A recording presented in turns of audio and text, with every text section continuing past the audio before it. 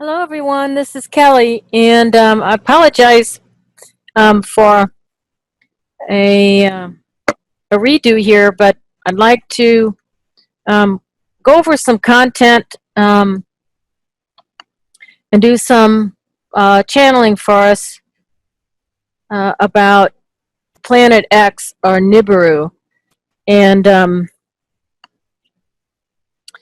that's where I'd like to begin our call. There is a fair amount of information out there on the internet. Some of it's conflicting about the planet Nibiru, however you might be pronouncing it. And some people are already sort of seeing the planet. The planet itself is on the far side of Pluto, and some believe it was New Hampshire. Has been seen already some years ago, um, and it kind of appears like a second sun, depending.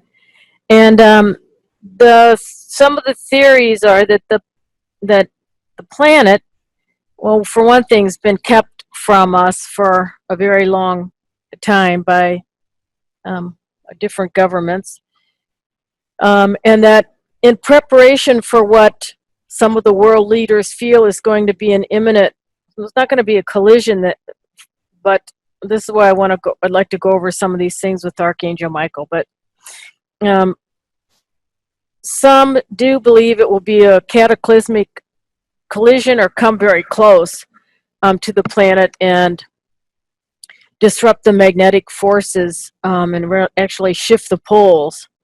And in doing so, some are believing that the coasts and the low-lying areas of, well, I guess we can work with North America for now and see what Michael might have to say, but that the western coast and Florida, regions along the coast or low-lying areas, globally, worldwide, Japan would be another area that some believe would go underwater. The timing of Nibiru, sometimes known as Planet X, coming to Earth is of a speculation, and that's something else I'd like to ask Michael about tonight.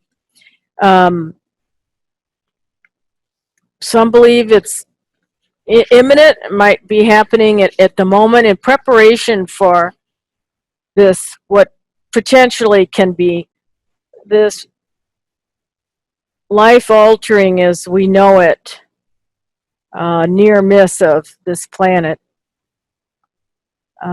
If what's being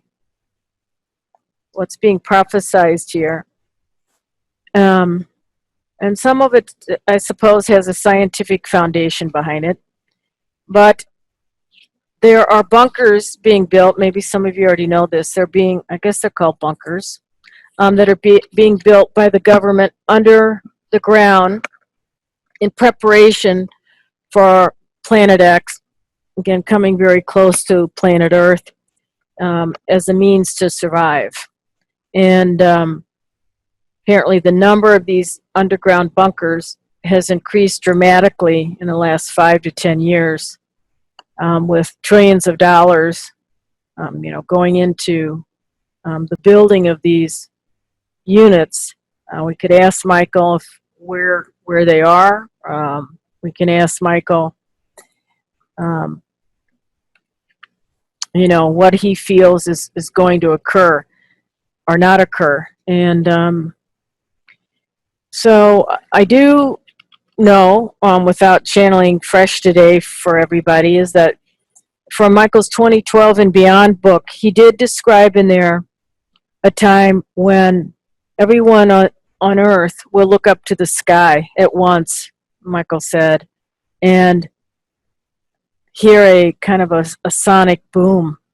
And he said, just imagine when almost all of the world looks up at the sky at the same time, what this will be. And I'd like clarity on whether that moment is going to be when Planet X or Nibiru comes close close to us.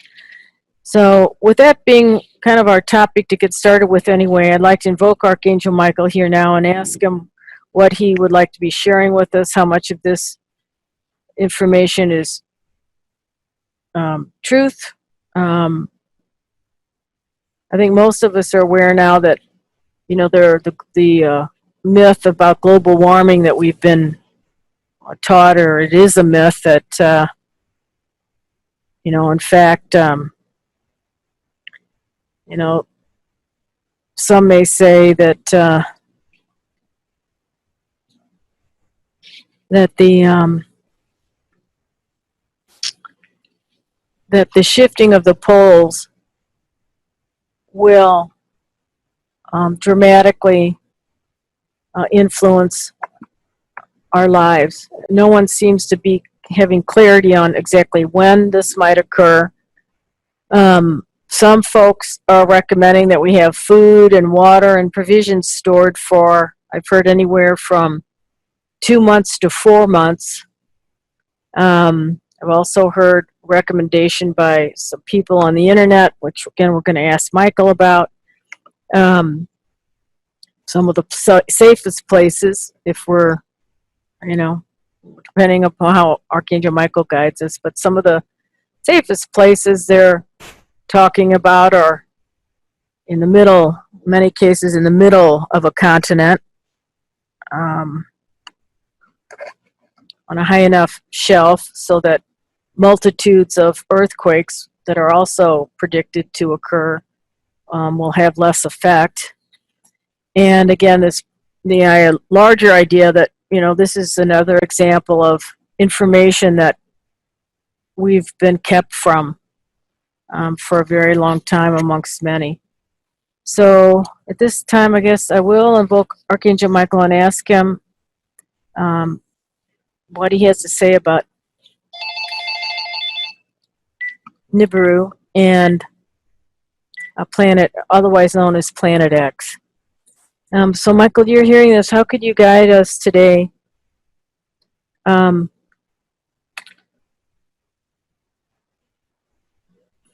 could you guide us today from what is out there on the internet? What do we need to know about Planet X? Could you guide us, please? Okay, he's starting to say, presently, it's a long, long way from being a threat.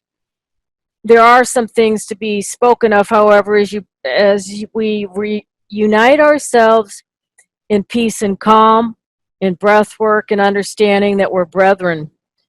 The idea that the planet is newly formed is not correct, if that is going around. The planet itself does have a proportional basis. By that I mean an axis that's spinning in the size parameter that's roughly nearly about the 3 times the size of Pluto. I would be in agreement of that. It is in what you might call barely in the solar system in which human beings reside. There is a fair amount of accuracy about the planet itself. The planet is not going to have a collision. It's not on a collision path with Earth. It does not need to be on a collision path with Earth, however, to affect change. Many of these changes will be blessed. They will be for the better. The idea that in the reality is we see these bunkers that are in various parts of the world, anywhere from Indonesia to Pakistan to southern France to even the Himalayas, and also sun-swept lands such as in South America. North America largely has the greatest number of bunkers because the largest number of believers are sheltering, well, they're actually sheltering money down in we could call them a bunker or a tavern, housing units. They're storehouses primarily for the elite. They're not all for the pretense of housing individuals in the event of, well, one charade is a nuclear reactor explosion, and the other is the fear by some of the elite that they have no control over the planet's path. Even those the most enlightened physicists of your world today don't have an agreement about this. So I'm in fair agreement with the realization that the planet is in the solar system. It's been known to be so for decades now. And it will, as I see, affect some of the magnetic fields of Mother Earth. And I'll describe that in a moment, the way I see it. And this is where I have a departure upon all the catastrophes about preparedness. One would say, however, that many times in life in the earth plane, that being prepared for anything might make common sense. One would say you might be prepared with gasoline in an automobile so you can get where you're going. Some would say that they prepare themselves for a test by studying the material. So it's more of a global concept or readiness about preparedness in a more general global sense than as some impending doom. My anticipation when all the souls, the majority of souls, about 80 to 90% of the souls across planet Earth look up to the sky at one time because they have heard a boom.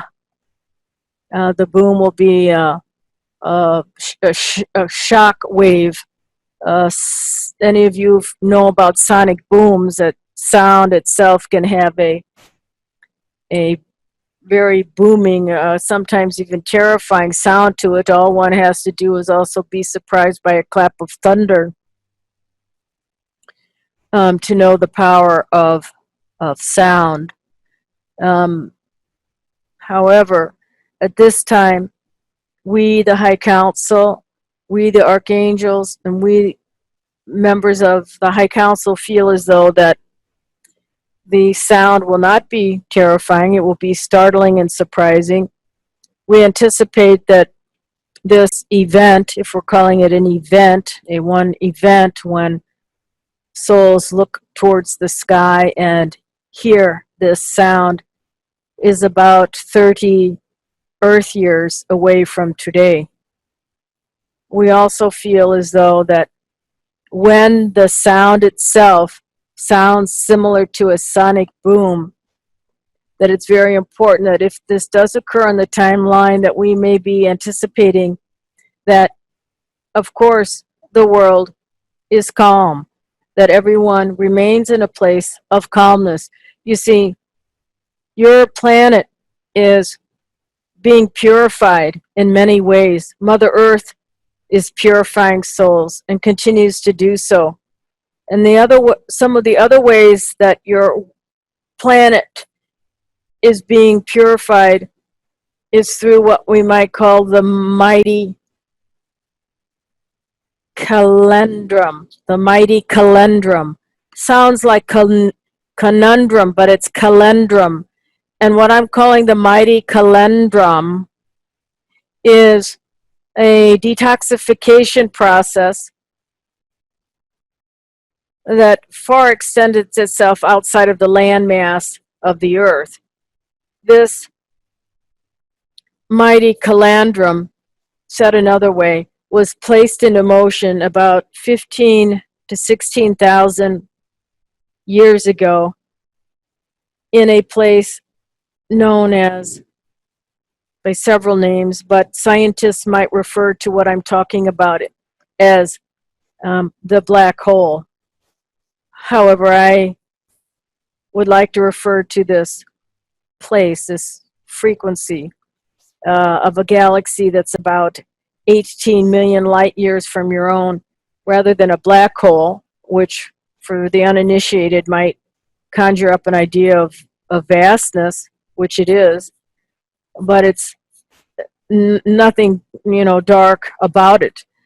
So in the moment of birth, when the earth was created, you might say that Nibiru was an embryo that was slow to develop, very similar to a human being that might be slower to develop in its milestones when compared to someone else or another soul.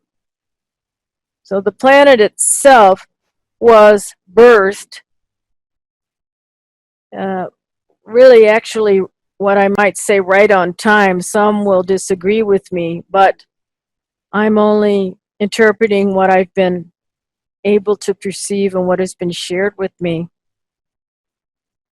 Your earth, almost, sometimes we say the earth was birthed prematurely. She has long since overcome any inequities of being an slightly premature cosmic birth in the moment of creation. This does not fall against my teachings of what I have said before, and that is, in one instantaneous moment, showers of crystalline light birthed your civilizations, the cosmos.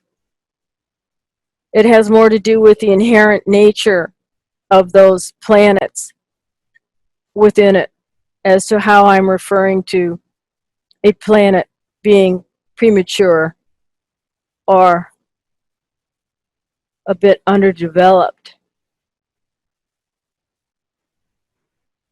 With that being said, we feel as though near and about 35 years, Earth linear years from this notification,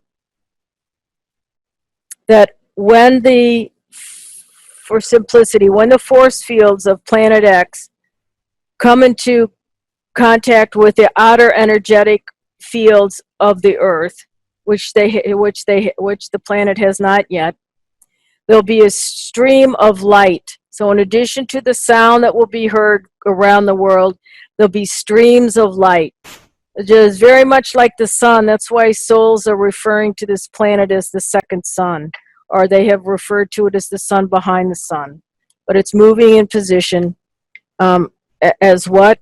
As a interstellar colony with its own life on it. By that statement, it doesn't mean that life does not already exist on Nibiru. It does. It's a bit like trying to explain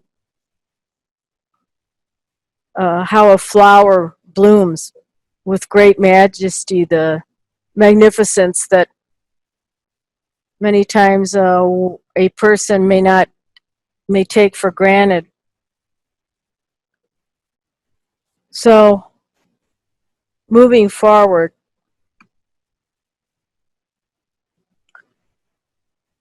there will be an increase, we feel, in extraterrestrial communication during this time when Planet X gets closer to the Earth's frequencies. And this communication, by this I mean, it's very likely, as I've come to know it, that the Galactic Alliance, for simplicity, of all the light races that are in union of helping the Earth, they have been commanded to set up, let's say, for simplicity, a command post. But this command post is not like on Earth. It is a command post that has equivalency of if you lined up human beings from the Western Hemisphere to the Eastern Hemisphere for hundreds of miles, let's say hundreds of miles, this is what the squadrons will look like. This is how mighty the universe is, and how mighty the purpose and the healing of the squadron of ships that will be acting as a buffer. That's what the ships have been asked to do, to present themselves in such a way that the advanced technologies that the light civilizations have, that they kind of hover near an oceanic crevice. And by that I mean, and if you're visualizing this, said another way, these trillions of ships will be coming to act as a cushion, just as though you might have a cushion or pillow under your head so that it does not fall hard on the surface. So they already have their orders, they're in complete agreement. Who, you might say, ordered their alignment to help soften the influence of the planet X coming close to your own global Mother Earth, and that is God, mind, source, all that is. And that's what they will be doing. They will be creating an energetic blanket so that what potentially could be a hugely catastrophic, deadly event in mankind's evolution, some of which are referring to the revelation. Many are speaking of this as the revelation, as spoken of in Revelations, as this cosmic event of world change where half of the population on Earth does not survive. I myself, once again, do not view it this way. It's not my personal view. What I mean by this is, I do not see it occurring in this manner because of the trillions of light ships that have been, well, commanded, and one would say eagerly so, of agreement, of unity, of unified agreement, to align themselves in a position with their advanced technological circuitry to disperse some of the energy from planet X, sort of outward in all directions, sort of away from Mother Earth and her inhabitants. If they are successful, as so far I've seen, there will be minimal damage to Earth and those living upon her. You must also come to understand, friends, that it is to the advantage of Satan to create a basis level of fear in almost everything in every waking moment in humankind. So it is Satan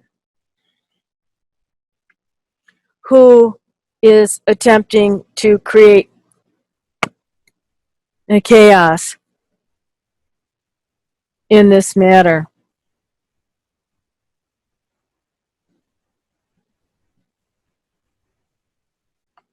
Satan does have minions on the earth plane, those that are harboring darkness. And so, as I say, the underground bunkers or dwellings that keep increasing. In other words, you've been misled to some degree, friends. Again, it's not because of a nuclear war, and it's not even, as I see it, to save souls, physically, soul life. It's so that when and if there are explosions, in other words, they will not be caused per se by Planet X. They will be man-made and manufactured and made to look as though it's coming from the planet. And the purpose for this is to hide trillions and trillions of gold and silver in these underground bunkers. And that's why they were built. And while they're continuing to be built,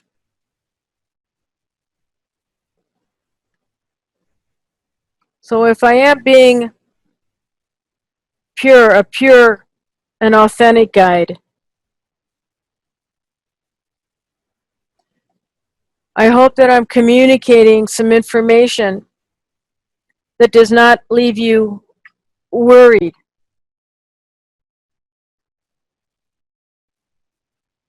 but rather it may diminish some of your fears. For hope springs eternal.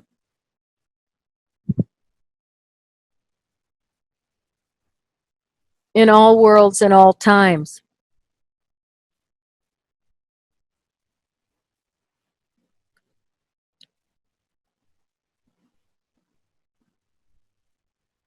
Thank you, Michael. Could you share with us what Planet X is like, and how could it have life forms on it if it's hot like the sun, hotter than the sun, or is it hotter than the sun? But that's what it looks like in pictures when people are able to take photographs of it. Could you describe that, please? He's saying it is of my humblest opinion that life forms do preside on Planet X. And they are advancing human evolution.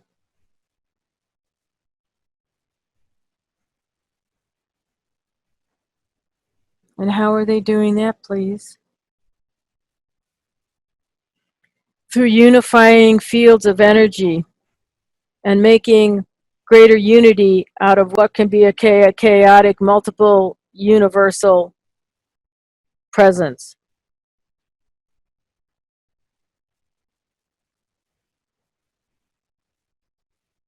There are a great many unseen multi-dimensional beings in my awareness.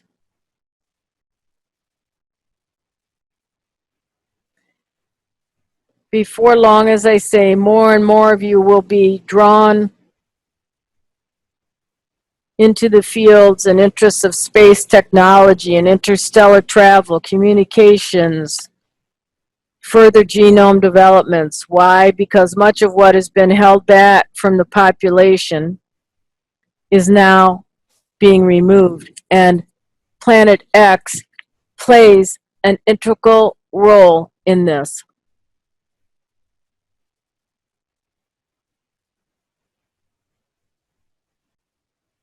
You asked me more directly about the life forms on Planet X.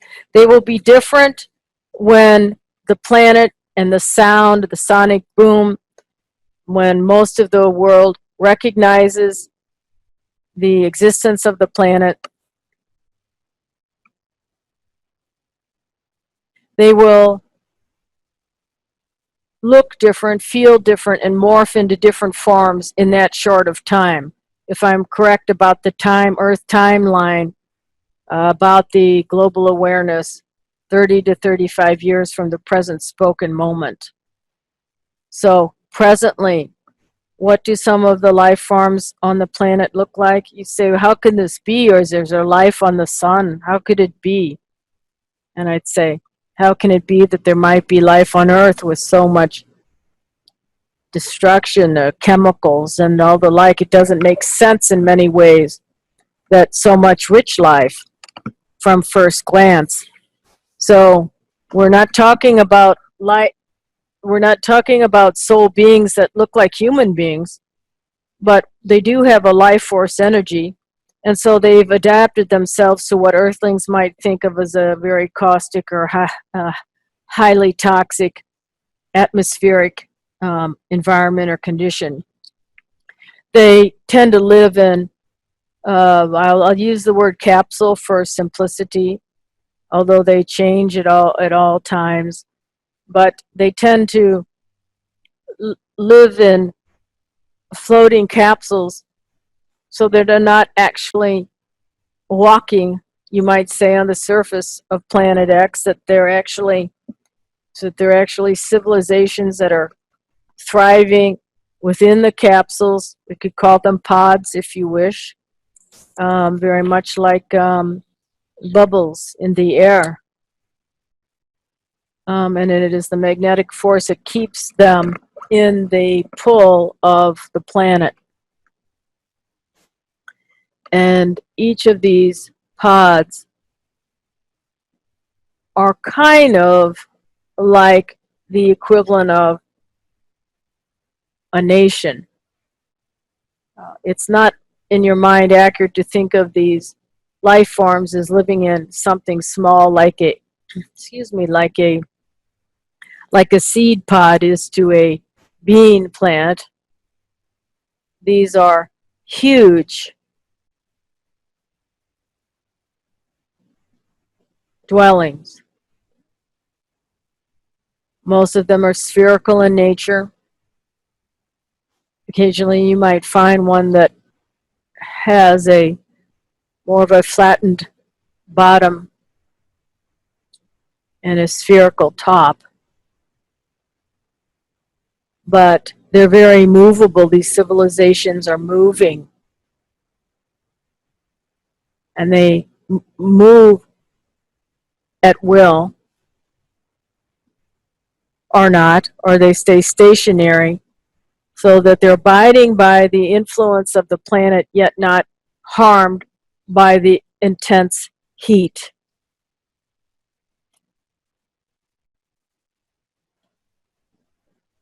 Michael's asking, do you have other questions?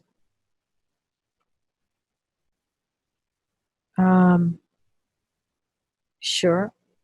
What else can you enlighten us about about this, Michael, or about anything else as it pertains to our readiness, where we might be presently, in the ascension? Are there other planets that we're going to come to know about? How long will Nibiru be in position outside of Pluto? Why don't we I'll ask that, I guess.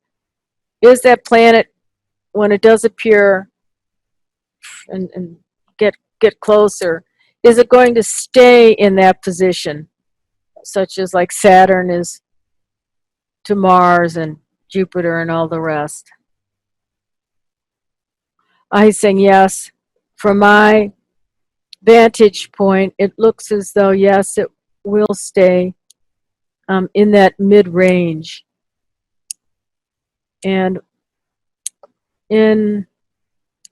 let's just go out, let's say 100 years from 2017, Michael, will give us an example of what life might be like. In other words, will school children come to know about another planet? And then we'll add it to the textbooks. What will that be kind of like for most of us on Earth? 75 to 100 years, please, as it pertains to this topic.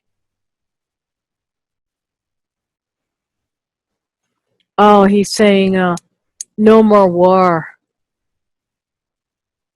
75 to 100 years, no more war. And what does this have to do with the planet?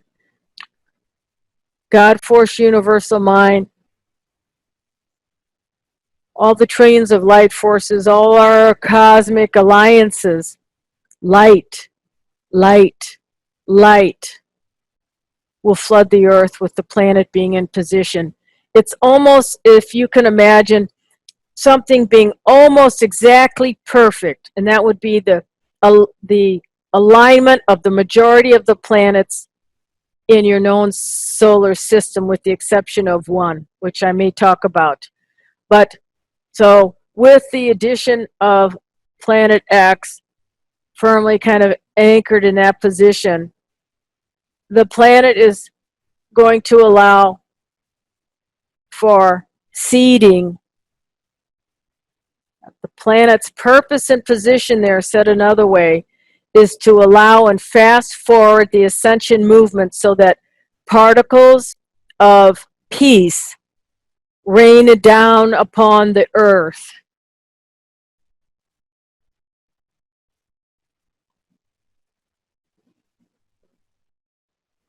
So some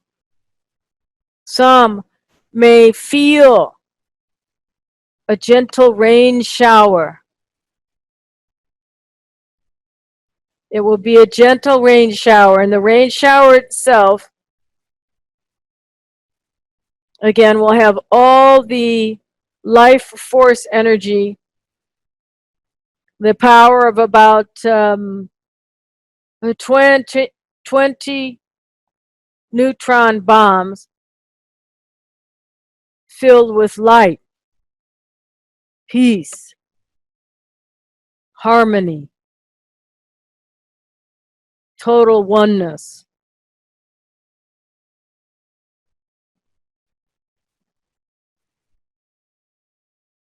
Some on Earth may go outside and see a very bright day in the next 5 to 10 years in all parts of the world, not just your North American continent, if that's where your hearts and minds are thinking or landing,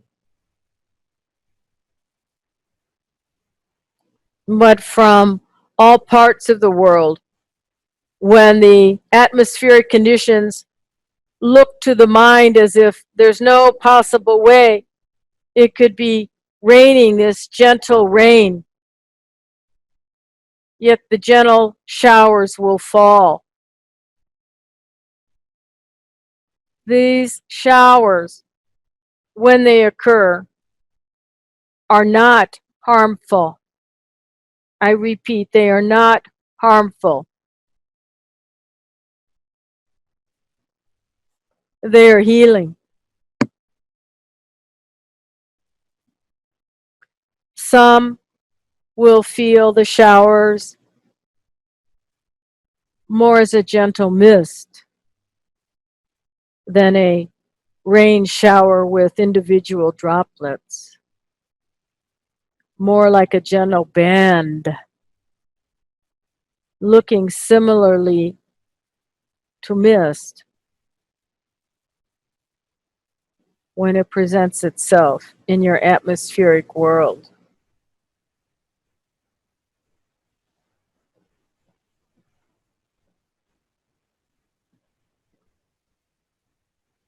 So we still say, friends,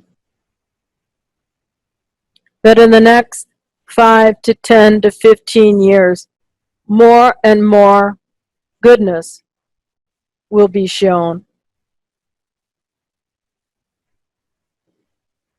Yes, things may change. Change is inevitable. Everything always changes. But it's nothing to fear. I myself fear nothing.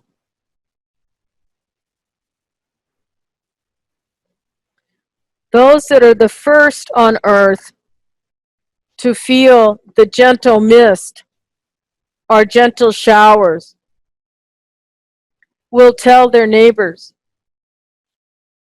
and their neighbors will tell their neighbors.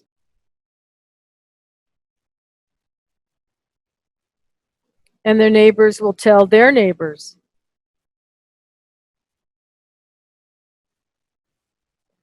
So that if your children do not experience the showers because they are inside of a dwelling, they will know about it.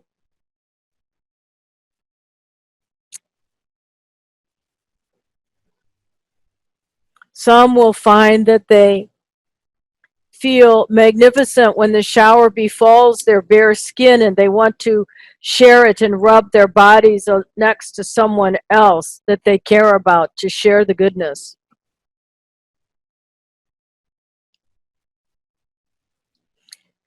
This does not mean that if your children are living, or you are living, and this comes to pass, that you must share any mist or showers of peace from Planet X.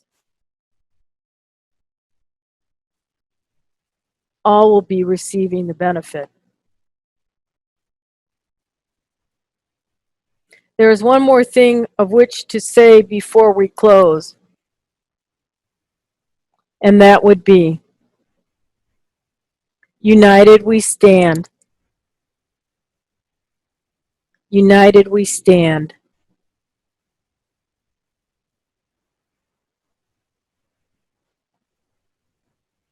If I may, I would like to close our time with a prayer.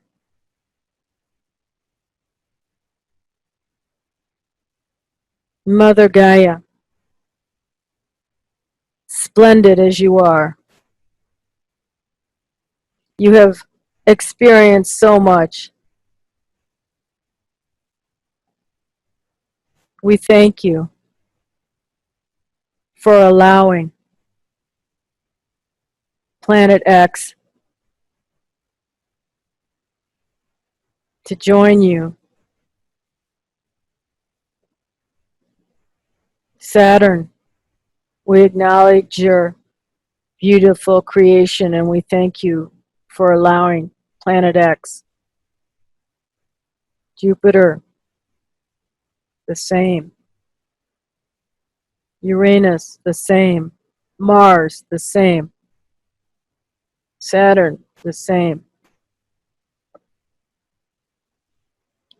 Likely, by the time that the global realization of Planet X will be known, it will be fairly recognized as well that the moon is not a planet at all, rather a satellite or an equivalency of a satellite base, a similarly generator that the dark forces have used as a control center for a very long time. With Nibiru in place,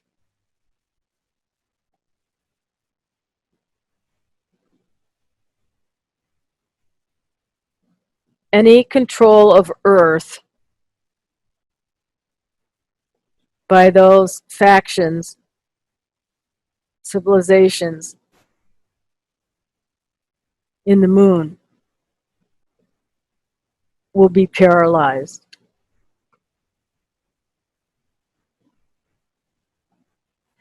The next 10 to 20 to 30 to 40 to 50 years will present many new concepts for human beings to open their hearts and minds to. Gather with one another, discuss with one another, but value one another's opinions. Agree to disagree peaceably if you must, and know that the orchestration of the changes in the cosmic plane is well under the hand of God Mind. Rest easy.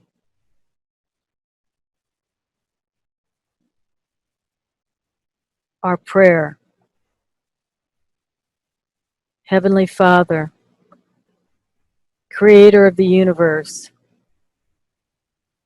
embrace us with your magnificence. Cherish us with your love.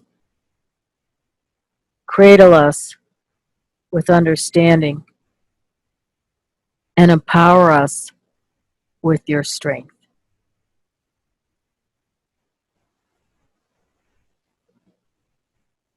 Thank you, Michael.